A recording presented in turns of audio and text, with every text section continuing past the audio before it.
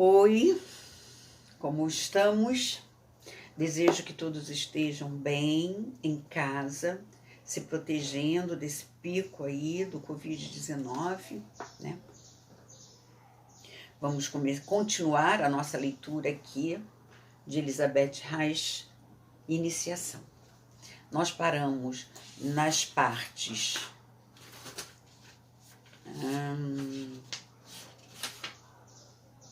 10 e 11.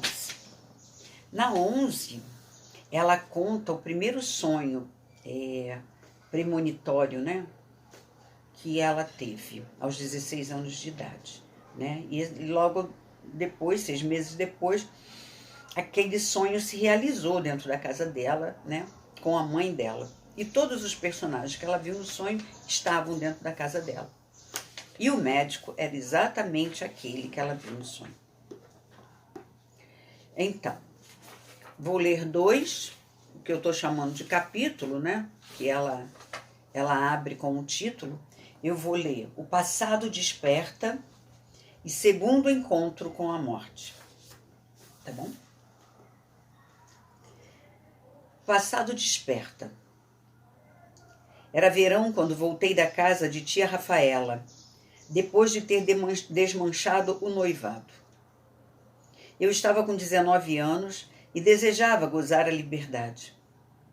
Afinal, podia me dar com gente jovem sem ter que suportar depois as terríveis cenas de ciúmes que meu noivo fazia. Portanto, assim que cheguei, fui jogar tênis. Nesse mesmo dia, conheci um rapaz muito gentil, saudável e simpático. Foi um encontro agradável. Tinha o corpo bem estruturado, esguio e musculoso, rosto bonito, e seu traje de jogo era de um branco ofuscante. Gostei dele à primeira vista, e ele de mim. No terceiro dia, uma parceira de jogo desastrada bateu acidentalmente com a raquete na cabeça do gandula, que começou a chorar desesperado. No mesmo instante, o jovem simpático jogou longe a raquete. Foi até onde eu estava o garoto e pegou-o no colo, consolando-o. Nem sequer se incomodou com o fato de a criança lambuzar-lhe o traje com as lágrimas. Acariciou-o, enxugou seu rosto, deu-lhe dinheiro, até que o pequeno sorriu entre os soluços e correu até a doçaria para comprar bombons. Meu coração enterneceu-se. Pensei, caso ainda existem jovens com coração, comecei a amá-lo. No inverno, ficamos noivos. Amávamos-nos apaixonada e profundamente. E eu esperava com impaciência febril o momento de me tornar sua esposa de corpo e alma. Papai queria que primeiro eu terminasse os estudos. Ainda tinha de cursar 1 ano de conservatório. Portanto, tivemos de esperar e continuei praticando 5 horas de piano por dia. Aprendi harmonia, estudei música de câmara, enfim, tudo que era necessário para passar nos exames. À noite, meu noivo vinha nos visitar. Certa noite, depois de me despedir dele, fui deitar e adormeci profundamente. Como de costume, tive sonhos caóticos e insignificantes. De repente, ouvi em sonho um ruído estranho, rítmico, repetido. O estalo foi se tornando cada vez mais forte, até que subitamente recobrei a consciência e despertei. Abro os olhos e vejo que o estalo repetido é rítmico, é do açoite do líder dos escravos, que caminha perto de mim e marca a cadência para que os escravos que estão me puxando marchem com o mesmo passo. Estou deitada em cima de algo parecido com um trenó, que desliza sobre trilhos. Sei que acabei de sair do palácio. Um pouco antes escutei quando o portão foi fechado atrás de mim. Quero levantar, mas não posso. Nem sequer consigo mexer os membros, pois estou firmemente amarrada do pescoço até a ponta dos pés. Estou deitada ali, como se fosse entalhada num só pedaço, em perfeito equilíbrio, as mãos cruzadas em cima do peito, as pernas paralelas, esticadas uma ao lado da outra. Na minha posição, só posso olhar para frente e para cima. Olho na direção da ponta dos pés e vejo as costas nuas, brilhantes do suor, dos homens que, ao calor do sol e inclinados para frente, me puxam com movimentos cadenciados. Vejo além de suas costas as construções de pedra branca à distância, em cujo centro se abre uma mancha negra, como uma porta aberta. A construção se destaca nitidamente em seus contornos na luz ofuscante do sol, com suas paredes brancas e radiantes contra o céu azul profundo. Como os escravos me levam para a construção, ela parece ficar cada vez mais próxima e a mancha negra torna-se cada vez maior. Olho para o céu, cujo azul escuro parece negro. 2 grandes pássaros voavam em círculos sobre mim. Cegonhas ou grous? A construção de pedra já está próxima. A mancha negra é muito grande agora. Sim, de fato, trata-se de uma abertura. Oh, agora reconheço. Estamos na cidade dos mortos. Nesse túmulo. Aí está ele. Os escravos já entram. Desaparecem na escuridão. Agora, a abertura escura desliza sobre a minha cabeça. E depois da luz ofuscante do sol, o mundo escurece ao meu redor. Tudo desaparece. Estou em trevas. Sinto um desespero gelado. E no íntimo clamo inaudivelmente por uma resposta. Por quanto tempo terei de ficar trancada aqui dentro? Ouço uma voz que conheço muito bem, que me responde com vontade implacável e inalterável: 3.000 anos. Sinto-me dominada pela consternação. Perco a consciência. Alguém me sacudia com toda a força. Olhei para cima. Meus olhos encontraram os da minha irmã. Ela me sacudia e olhava assustada para mim. Deus do céu! Exclamou ela. O que lhe aconteceu? Você estava sentada aí, com os olhos arregalados, gemendo lastimavelmente, como se estivesse para morrer. Sente-se mal? Devo chamar mamãe? Quis responder, mas não consegui emitir nenhum som. O recém-vivido desespero pressionava-me o peito e fechava minha garganta. Resfoleguei e acenei-lhe que ficasse tranquila. Em seguida, caí sobre os travesseiros e quis pensar, mas nem isso consegui fazer. Fiquei deitada ali, ainda consternada, e passou-se um longo tempo até meu coração se aquietar outra vez. Custou-me voltar à calma e compreender minha situação. Quem eu era e onde estava. Minha irmã ainda ficou parada um pouco perto de mim, e quando percebeu que fiquei deitada, quieta, e que minha respiração ia se acalmando, tornou a perguntar: Não precisa de nada? Não, obrigada. consegui responder. No dia seguinte, tentei concentrar os pensamentos e organizá-los. O que era aquilo? O que ocorrera à noite? Parecia-se com minhas visões sobre o futuro, mas não podia tratar-se do futuro. Nas visões sobre o futuro, sou sempre a mesma pessoa que quando estou acordada. Mas nesse caso, eu era alguém bem diferente. Fiquei olhando para mim mesma no espelho durante longo tempo e desejei compreender como seria possível que alguém fosse duas pessoas ao mesmo tempo. Pois estou aqui, dá para ver isso no espelho.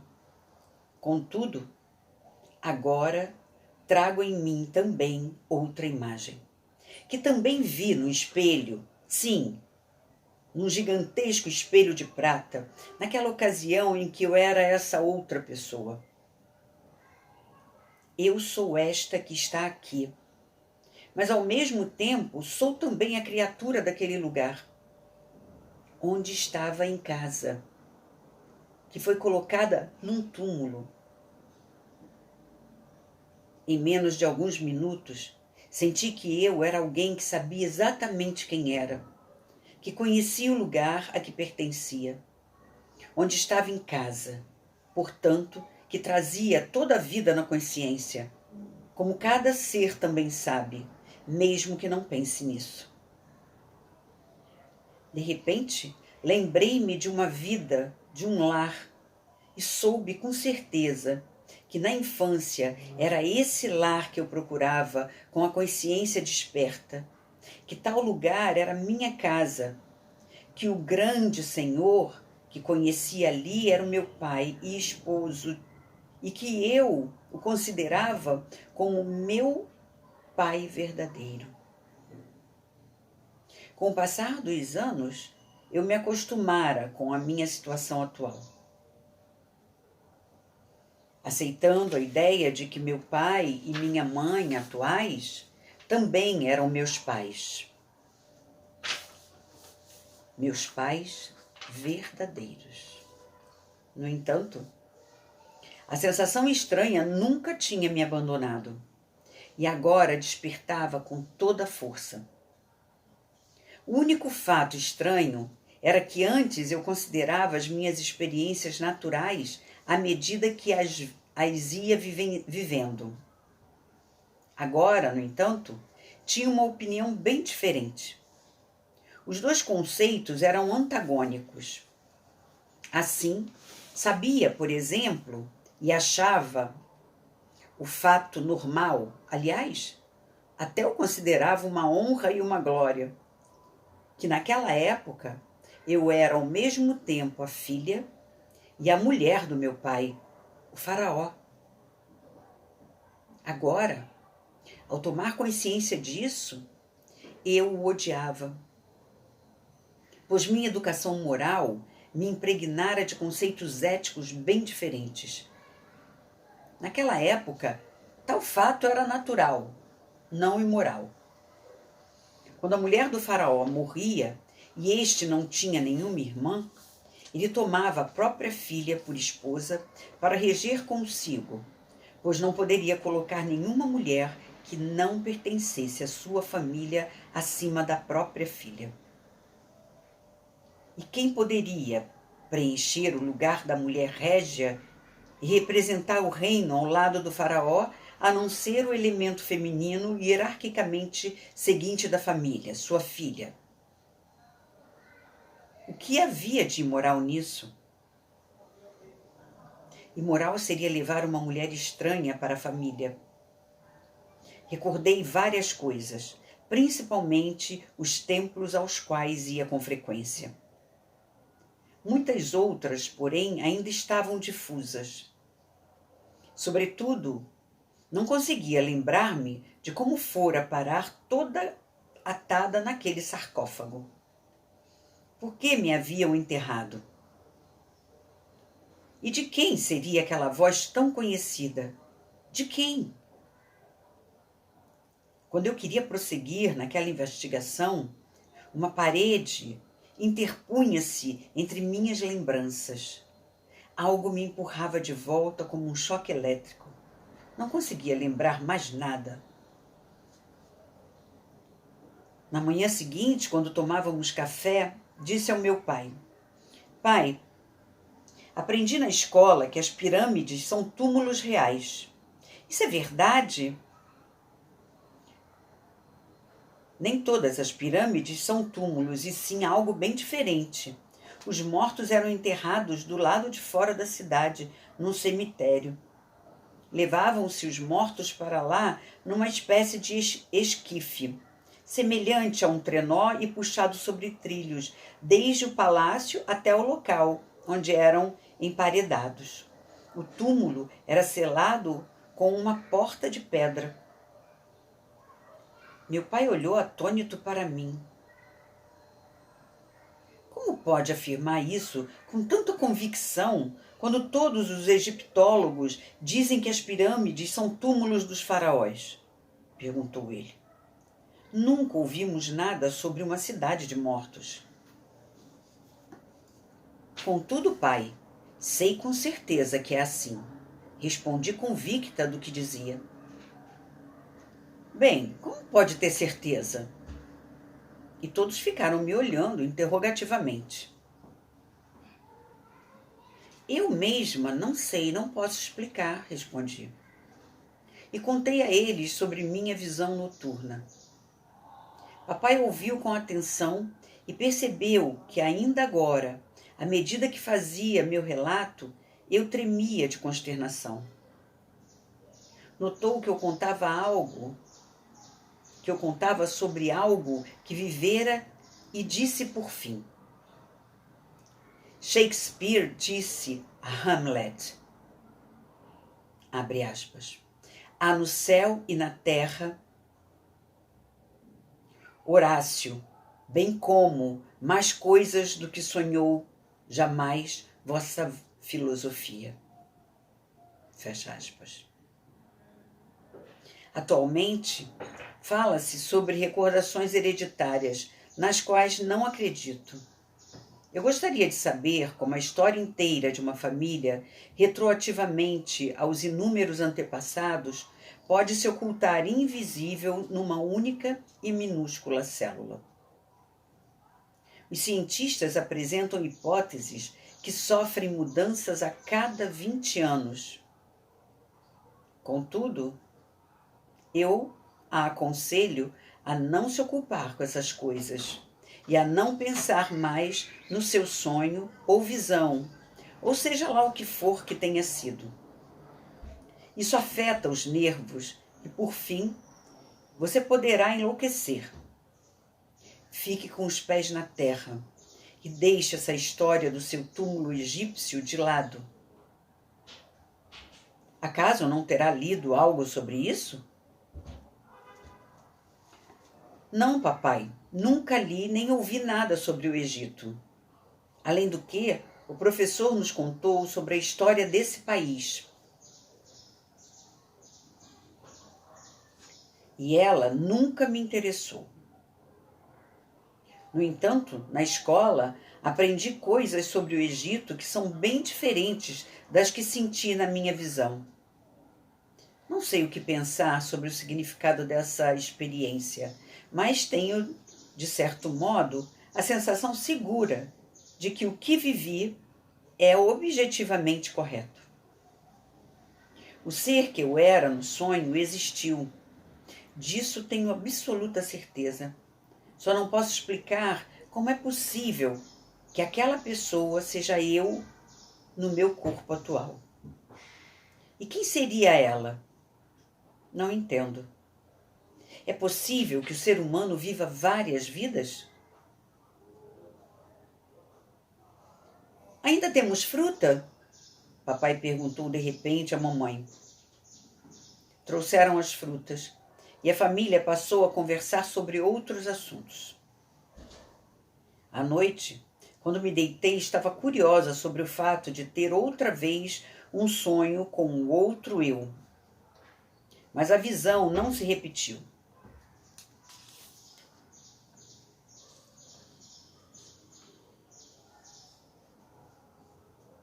Esperei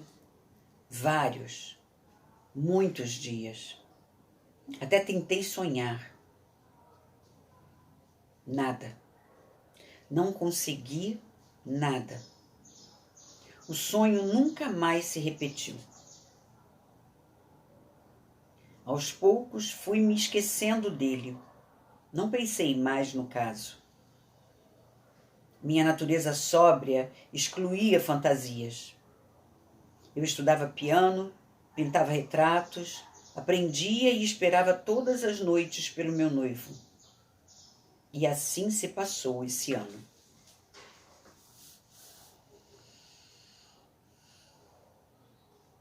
Segundo encontro com a morte. Afinal, chegou o dia do meu casamento. Parecia um sonho. De vestido branco, de cauda e véu de renda sobre a cabeça, entrei em nossa sala de estar e apoiei a mão no braço do meu noivo, que usava traje de gala. Fomos fotografados, o que me irritou e deixou nervosa. Em seguida, descemos a escadaria e entramos no carro enfeitado com flores. Seguiam-nos Grete e minha prima, de vestido de seda cor-de-rosa, acompanhadas dos 2 primos com quem certa vez seláramos o pacto de amizade eterna. Agora jovens e elegantes oficiais. Atrás vinha meu irmão, de rosto tristonho e sério. Ele tinha 14 anos, e a pequena irmãzinha de 4 anos, bonita como uma boneca. Ela olhava com intencional atrevimento para os vários adultos. Seguia-se uma grande quantidade de parentes. Minha tia, bela tia Rafaela, vestida como uma rainha. Logo atrás, a mãe do meu noivo, e por fim minha mãe, ainda radiosamente bonita e jovem, com papai, que de fraque e cartola era uma figura elegante que atraía o olhar das mulheres. Entretanto, quando percebeu que eu me divertia com sua cartola, riu maroto para mim, pois tanto quanto eu achava essas formalidades ridículas. Se ele soubesse como eu estava sofrendo com aquelas minhas luvas 3/4, se possível, eu as teria arrancado. Elas tolhiam-me a liberdade. Enquanto eu segurava o buquê ao lado do meu noivo, que tinha uma flor na lapela, pareceu-me que ambos éramos 2 animais de sacrifício enfeitados de flores, e que devíamos representar essa peça de teatro que a poderosa tradição nos impunha. Eu teria preferido fugir, para que o coro de velhas tias, tios, conhecidos e espectadores estranhos, não ficasse nos observando como se fôssemos 2 bonecos em exposição. Sabia que agora todos estavam pensando naquilo que considero como o mais elevado sacramento, a realização do amor. Contudo, eles não tinham a minha opinião. E sabia que alguns dos homens presentes sussurravam piadas impróprias sobre nós. No entanto, não podia fugir. E logo a grande fila de carros que nos seguia estava chegando à igreja. Entramos e nos dirigimos ao altar. Eu tentava me sentir sentimental e comovida, mas não conseguia. Sentia-me sóbria, como sempre. Ouvi com paciência como o pastor amigo de nossa família disse-nos coisas sensatas. Ele fitou-me e vi que em seus olhos, que ele estava justamente pensando no fato de eu ter lhe pedido que não falasse muito e não fosse monótono. Caso contrário, eu bocejaria bem alto. Na ocasião em que disse isso a ele, mamãe ficou horrorizada, mas consegui que o pastor fizesse um sermão curto e inteligente. Graças a Deus. Nunca um longo sermão tornou mais feliz um casamento. Depois, toda a multidão dos nossos parentes e amigos arremessou-se em nossa direção, e os cumprimentos duraram 3/4 de hora. Os velhos tios aproveitaram bem a oportunidade para beijar, abraçar e apertar por todos os lados a jovem mulher, o que suportei com desprazer silencioso. Então tudo chegou ao fim. Ainda tivemos de suportar o banquete nupcial. Finalmente os amigos e parentes se despediram de nós. Troquei de roupa e iniciei com meu marido a viagem de núpcias. Ao tornar-me, depois de longa espera, a mulher do meu bem-amado, experimentei a maior felicidade como tinha imaginado. Obtive o que quis. Diante de Deus e dos homens, tornei-me sua mulher. Já não havia entre nós nenhum código de proibições. Amei-o apaixonadamente com todo o meu ser, e ele amou-me da mesma maneira. Vivi a maior realização do amor, no corpo e na alma. E foi então que tudo se rompeu em mim. Meu cérebro confrontou-se com a parede escura da morte ainda mais intensamente. Deparei-me com a morte pela segunda vez em minha vida. Contudo, esse encontro foi muito mais difícil. Enquanto esperava pela felicidade, tinha um ponto fixo no futuro para o qual me dirigia. Havia alguma coisa por que esperava. No entanto, quando ela se concretizou, de repente, o futuro tornou-se vazio. Senti-me cair num vácuo, pois não sabia o que mais esperar. O que me aguardaria ainda no futuro? Já conseguira tudo. Os acontecimentos futuros só serviriam para preencher o tempo vago. O tempo restante? Até quando?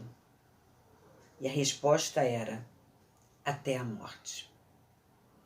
Devo reconhecer que seja o que for que se deseja alcançar nesta vida, seja o que for que o destino nos reserve, tanto para mim como para as outras pessoas, caminhamos todos em uma direção, rumo à morte, sem possibilidade alguma de alterá-la. Ninguém sabe previamente quando a alcançará. Porém, mais cedo ou mais tarde, todos cairemos nesse vazio. Devo reconhecer também que mesmo nosso amor não pode durar até a eternidade, justamente pelo fato de que algum dia um de nós terá de morrer. E isso porá um fim à felicidade. Quando eu estava perto do meu marido e olhava dentro dos seus lindos olhos, brilhantes de amor, uma mão gelada me apertava a garganta e eu ouvia a pergunta interior: até quando poderá olhar ainda para esses olhos? O que acontecerá no futuro? Se for muitíssimo feliz, terá a sorte de viver ainda um tempo extraordinário com ele. Contudo, mais cedo ou mais tarde, o fim será apenas o mesmo. Ou ele, ou você, fechará os olhos para sempre. Então um perderá o outro e terão de se despedir. O tempo corre depressa. Não importa se o fim se aproxima rápido ou devagar. A maior sorte, o maior amor, tudo terá de terminar um dia. E vocês perderão um ao outro e todas as coisas que foram boas e bonitas. Enquanto olhava para os belos olhos de meu marido, ouvia essa voz. Sabia que mesmo que não quisesse ouvi-la, eu a ouviria. Não podia fazê-la calar-se, pois a voz tinha razão. Ela dizia a verdade. Enquanto olhava para os belos olhos de meu marido,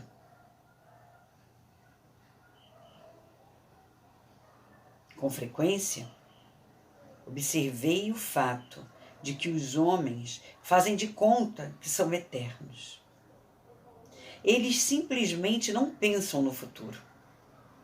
A maioria das pessoas tem a ilusão de que nunca irá morrer e de que o ser amado também é imortal. Elas querem reconhecer que cada encontro aqui no mundo representa apenas uma dádiva de curta duração, que terá de terminar algum dia. Mais cedo ou mais tarde, um ou outro dos amantes morre, e esse é o fim. Os homens preferem não pensar nisso. Entretanto, quer pensem, quer não, o fato é que assim é. Nenhum homem poderá negar isso. Mas então, que sentido tem ser feliz se o destino necessariamente nos tirará o presente que deu? De que serve isso? Apenas para nos tornar mais infelizes depois? Lutamos pela felicidade. E quando a alcançamos, já sabemos de antemão que teremos de perdê-la. Quanto maior a felicidade, maior a perda. Quando eu ainda não era tão feliz, na verdade, era mais feliz, pois ainda não tinha a possibilidade de perder a felicidade. Então deduzia que somente é feliz e continua feliz quem nunca foi feliz. Ai, mas que contradição terrível! E por que é assim? Pelo fato de tudo durar apenas certo tempo, por nada ser eterno, visto que tudo morre, tudo passa, tudo tem de acabar. Ah, o tempo! Ah, a temporalidade! Por quanto tempo ainda terei de sofrer sob suas correntes? Quantas vezes ainda terei de bater com a cabeça em seu muro escuro, intransponível? Você me envenenou cada minuto de felicidade, porque sempre tive consciência de que no momento em que possuísse algo, também já o perderia, que teria de ter um fim. No entanto, agora, eu lhe agradeço transitoriedade, pois pelo fato de não ter me deixado gozar um minuto de felicidade temporal, passageira, por esse constante sofrimento, encontrei a eternidade imorredoura, infinita, o ser eterno, divino. Naquela ocasião, porém, eu não intuía nada disso. Também não sabia que esse estado em que o homem parece se encontrar num deserto e no qual grita por socorro do fundo da alma é o precursor da redenção. Tal como está escrito no livro sagrado, a Bíblia, abre aspas, eu sou a voz dos que clamam no deserto. Eu dirijo o caminho do Senhor. Eu, na verdade, batizo-vos com água, mas virá um mais forte do que eu, a quem não sou digno de desatar a correia das sandálias. Ele vos batizará no Espírito Santo e no fogo. Fecha aspas. Naquela ocasião, eu ainda vagava pelo deserto. Gritava inaudivelmente por socorro, pois estava sozinha em meu desespero, como se estivesse num deserto. Não queria falar sobre meu desespero com meu marido. Ele era feliz e nem sequer me compreenderia. Se ele não tinha esses pensamentos, se ainda sonhava o sonho dos mortais, Para que despertá-lo e torná-lo infeliz também? Eu não via solução para o meu estado, pois ninguém poderia dizer que eu não tinha razão. O máximo que eu poderia fazer era reconhecer a efemeridade de tudo, deixando de pensar no assunto para me consolar. Mas isso não me satisfazia. Eu não achava certo ignorar a realidade. Satisfaziam-me, menos ainda, os contos de fadas religiosos sobre o, entre aspas, o aquém e sobre o outro mundo. Essas são imagens fantásticas, destinadas a anestesiar os homens. Felizes aqueles que podem acreditar nelas. Contudo, um homem que raciocina deseja ter provas. Eu sentia uma constante pressão espiritual dentro de mim, sem poder me libertar dela. Uma pressão espiritual constante acaba por se manifestar, mais cedo ou mais tarde, no corpo.